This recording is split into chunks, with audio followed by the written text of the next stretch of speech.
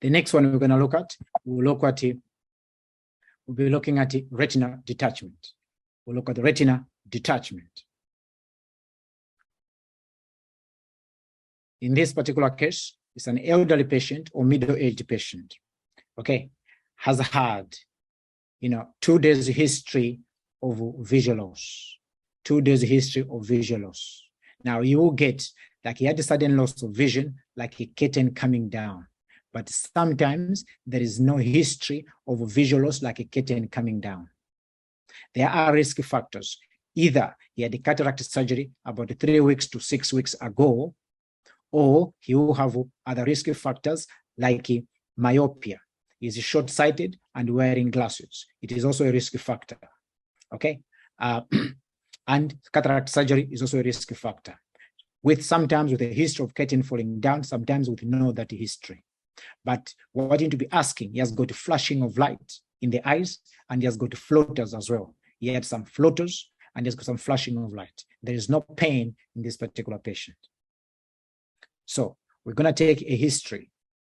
Our history would be the same, okay, of the visual loss. The nature of the visual loss. Did it come on suddenly or gradually? And when did it happen? Can you describe for me how it happened? Okay. Did it come down like a curtain coming down?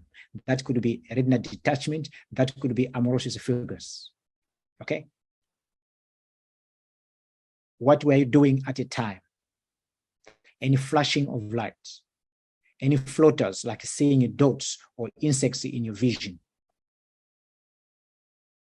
Are you able to see at all? Is it in one eye or both eyes? In the differential diagnosis, acute visual loss as usual, and optic neuritis, okay? It is sudden onset.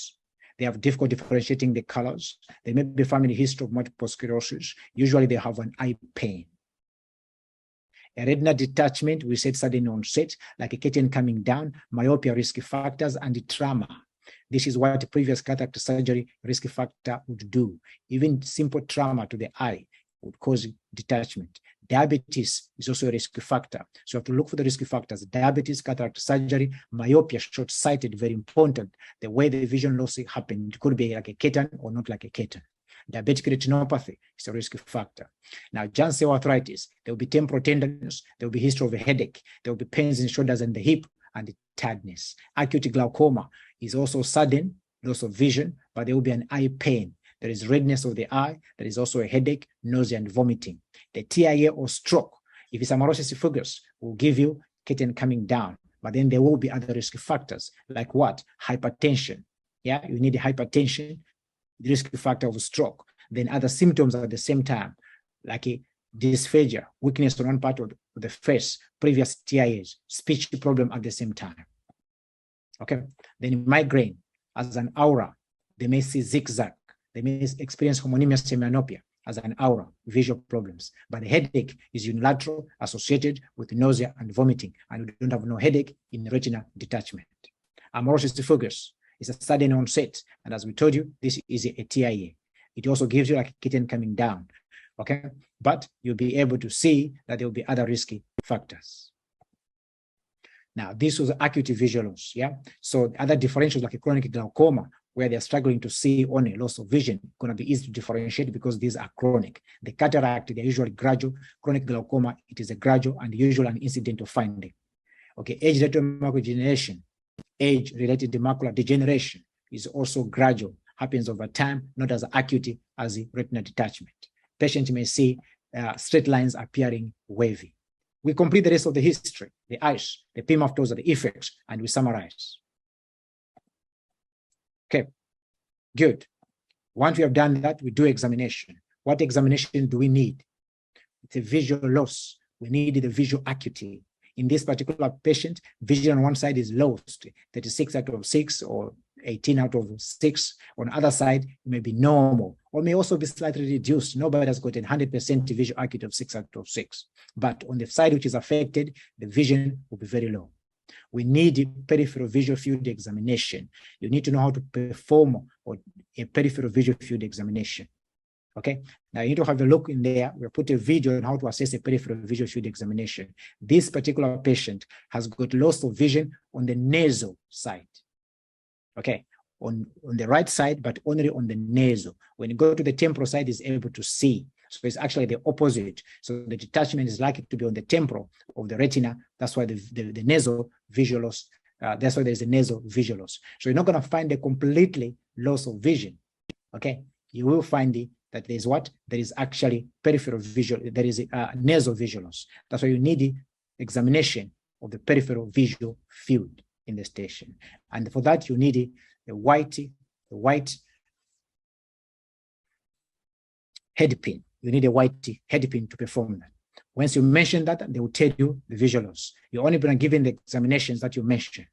Okay, you can check the torch as well to look into the eyes. Now, when you perform a fundoscopy, this is what you see. You have to perform a fundoscopy. If you look on the screen here, you see this pale part showing here. So there's a detachment of the retina here. That's a normal retina attached. That's how it looks, as you can see. But in here, you can see that this area represents part of the retina that has detached itself. Okay, but the peripheral visual field is important not only to think of vision is going to be reduced or it's going to be normal, it's going to be this. If you place it where there is no detachment, like on the temporal side, you're going to see everything. The problem is when you place anything on the nasal side where represents the detachment part of the retina. Okay, so examination of the peripheral visual field is crucial. You need to have a look on the Genius class on how to perform visual field examination. Diagnosis is retinal detachment. It's a separation of the back chamber of the eye from its position. The back chamber of the eye on one side has separated from its attachment.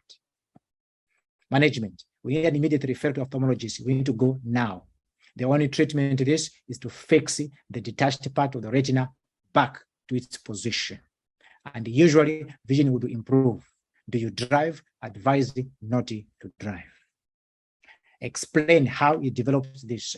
Okay, this is because of the side effects of the cataract as a complication. It's a risk factor. Or this is because you are short-sighted. You know, as you strain, you're short-sighted. Unfortunately, you know, being short-sighted is known to be a risk factor of developing a retina detachment. Pick up the risk factors and explain accordingly.